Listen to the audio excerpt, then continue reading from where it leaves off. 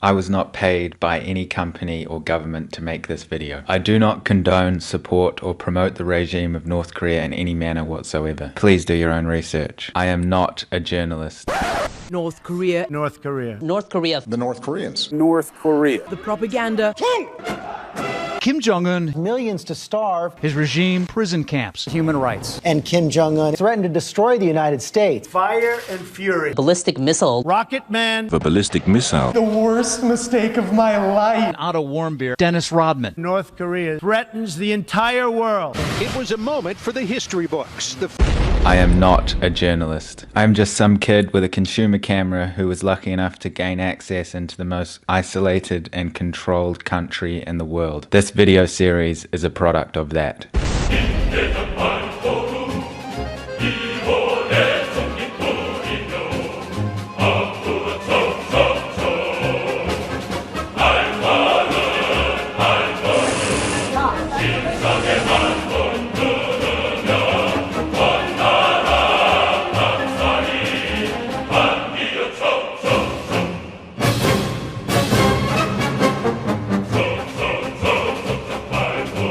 So after 3 days, 2 flights, a 12-hour layover in Moscow, Russia, a 3-hour sleep on a concrete floor, I finally arrived in Beijing.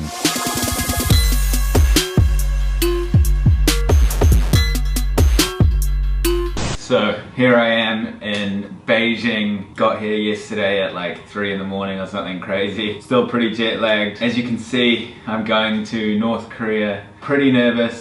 Had a briefing last night with the tour company I'm going with. I'm doing a budget tour, so I'm not quite sure what that means in North Korea standards, but I guess we're gonna find out over this video series. Lots and lots of rules to take in. I'm not sure how I'm gonna do this video series. I'll do a bit of kind of normal vlogging, but then I'll probably do quite a bit of voiceovers as well, because I'm not quite sure what I'm going to feel comfortable or being allowed to say. Without any more talking, I've got to go get a taxi, and then we've got to go to the airport and fly to North Korea on what is called the world's only one-star airline. So I'm not quite sure what that means either, but I'm sure we're gonna find out, so I'm nervous.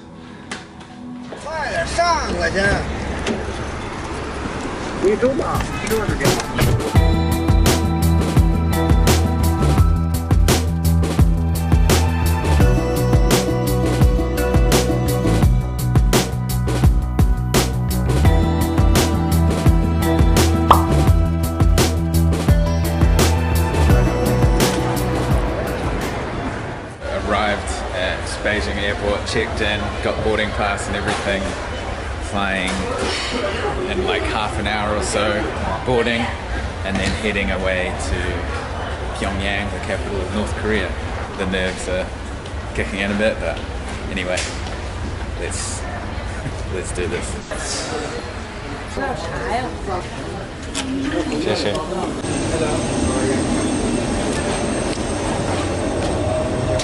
Hello. Thank you.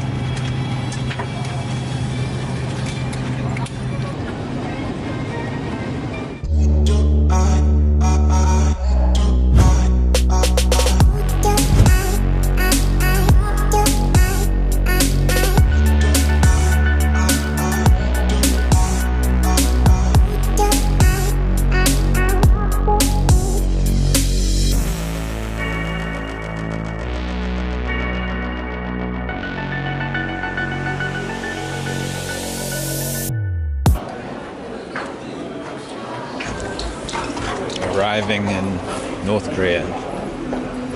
Alright guys, so this is the part where we arrived in North Korea and we met our tour guides. We had 2 Korean tour guides the whole trip and 1 guy from England who was working with the tour company. All foreigners have to be accompanied with a tour guide at all times, so you're basically in sight of these tour guides unless you are in your hotel room. Under no circumstances are you allowed to walk alone basically anywhere apart from the hotel, so it's extremely strict, but the tour guides were very friendly. The flight was was interesting. I would definitely rate it higher than 1 star. The burger they served, let's just say it wasn't the most appetizing thing I've ever seen, but apart from that, you know, good service. Anyway, so from here we drove in, and the first thing I noticed about driving on the roads was just how rough they were. This kind of came as a bit of a problem for filming, really bumpy. When it came to filming, it was quite strict on what we were and what we weren't allowed to film also. We weren't allowed to film any military, that's vehicles, soldiers, bases, anything like that. We weren't allowed to film construction sites. If we were to take photos of any pictures of the leaders, then they had to be fully in frame. You weren't allowed to take a part of a statue, you had to take the full statue. Otherwise, it was seen as an insult to the leaders. You have to show extreme respect to the leaders when you're in North Korea. If you can't show respect to the leaders when you are there, then you will be in some serious trouble. We drove past the 105-story, 330-meter tall Ragyong Hotel. I think I'm pronouncing that correctly. So basically the whole of the inside is a construction zone and the whole of the outside's complete. And you'll see this later in the video lit up at night, and it's pretty incredible. From here we arrived at the train station to pick up some other people that were on the tour who were arriving by train.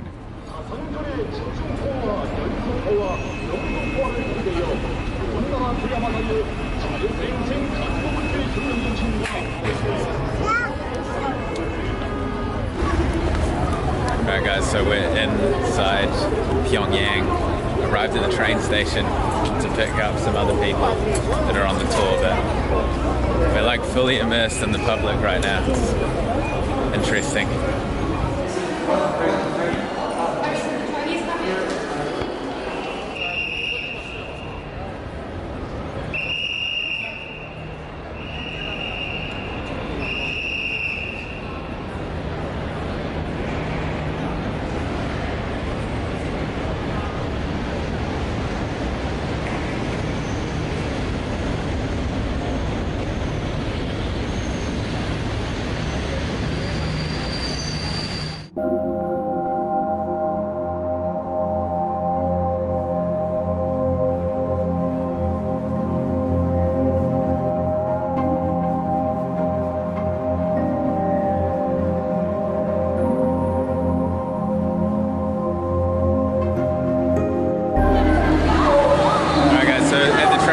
The train's just arrived. I'm getting the train back to China, but some of the group got the train here from China. It's like a 26-hour ride, so I'm really looking forward to that. But first impressions of this place is, it's kind of, it feels like we're invisible.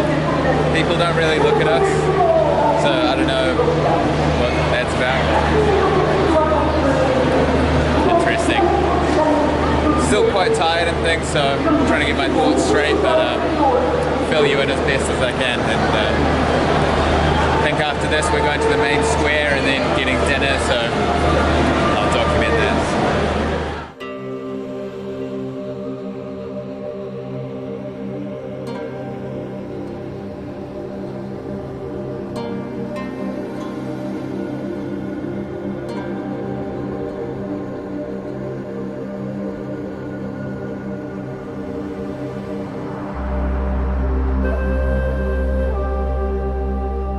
On our way to the Kim Il-sung Square, we passed the Yanggakdo Hotel, which is the infamous hotel where Otto Warmbier was caught on video taking down a political poster and sentenced to 15 years hard labor. The last time Otto Warmbier's family saw him, more than a year ago, he was healthy but distraught, pleading for leniency in a North Korean court. Kim Jong-un's regime sentenced Warmbier to 15 years of hard labor for allegedly taking down a propaganda banner in Pyongyang. Just returned from North Korea with severe brain damage, has now died.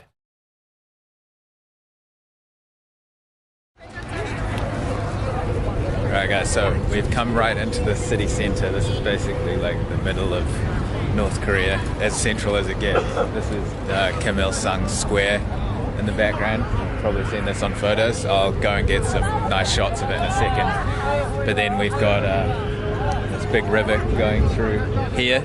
Not sure how good the audio is because I didn't bring my microphone.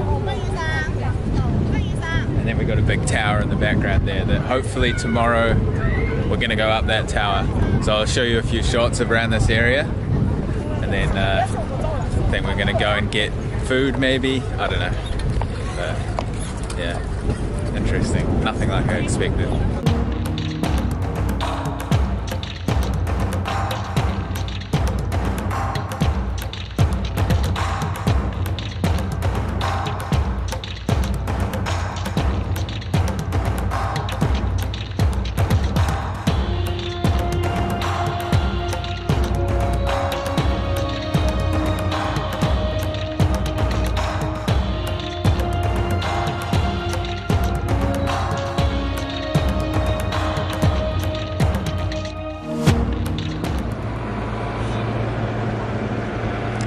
So all these white dots that you see all over the ground here, this is where people stand for the parades.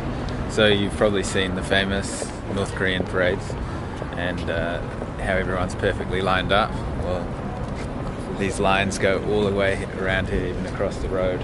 And they only have these parades like maximum 2 times a year, from what I've been told. Sometimes they don't even have them, so a lot of work goes into a short time.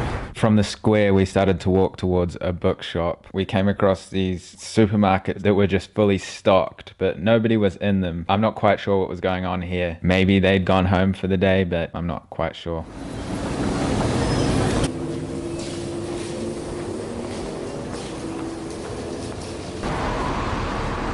These traffic wardens are fascinating. If they see a government car, they will salute it, and you can tell if it's a government car by their number plates. All their number plates are different colors depending if the car belongs to a company, the military, or a government official. It's very rare for people to own their own cars in North Korea.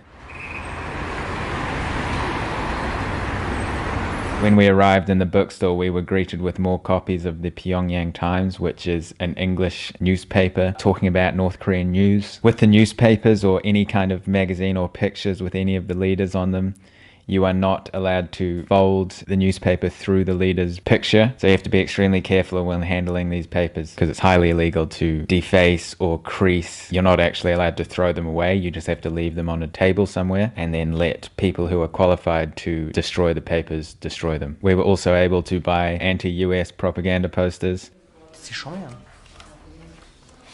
From the bookstore, we took a drive through Pyongyang at night. You can see the unfinished hotel here again, fully lit up on the outside. Incredible light show. This is a huge building. It's just unbelievable. Strange with the lighting, considering there's not much electricity to go around. And then we arrived to a restaurant for dinner. The dinner was absolutely delicious. Basically got something for anyone. If you like meat, if you're a vegetarian, if you're a vegan, basically anything that you want, you can get it here. Whatever preferences you have, they'll organize everything for you, and the food was so delicious. Kimchi, potatoes, different kinds of meat if you're into that, noodles, rice. From dinner, then we drove to our hotel.